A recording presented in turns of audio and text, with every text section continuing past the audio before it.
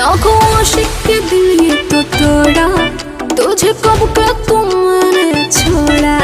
लाखों आशिक के दिल ये तो तोड़ा, तुझे कब के तुमने छोड़ा। मेरा महंगा 5 पैसे वाले है यार, मेरा महंगा 5 पैसे वाले है यार। नोटों की गोटी बरसती है,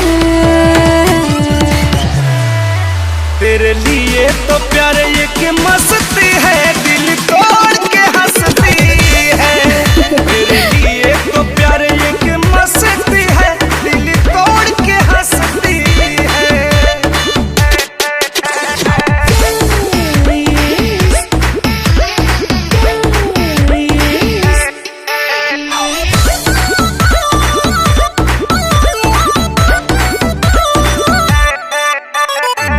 किसको याद करूं, रोज यही काम है। मार्केट में मेरे चर्चे खुलेआम है।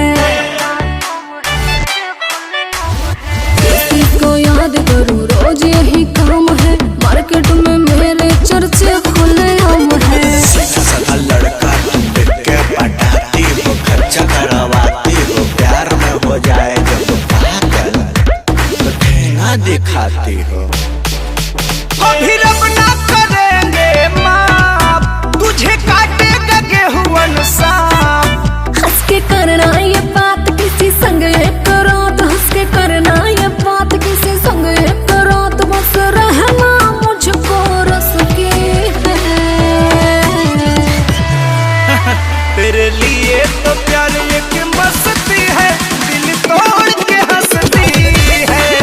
तेरे लिए तो प्यार ये कि मस्ती है, दिल तोड़ के हंसती है। तोड़ के हंसती है, मस्ती है।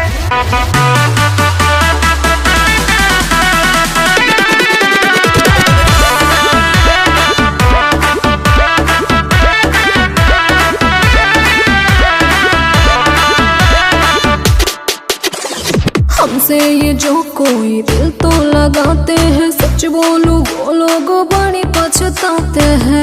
क्या समझे,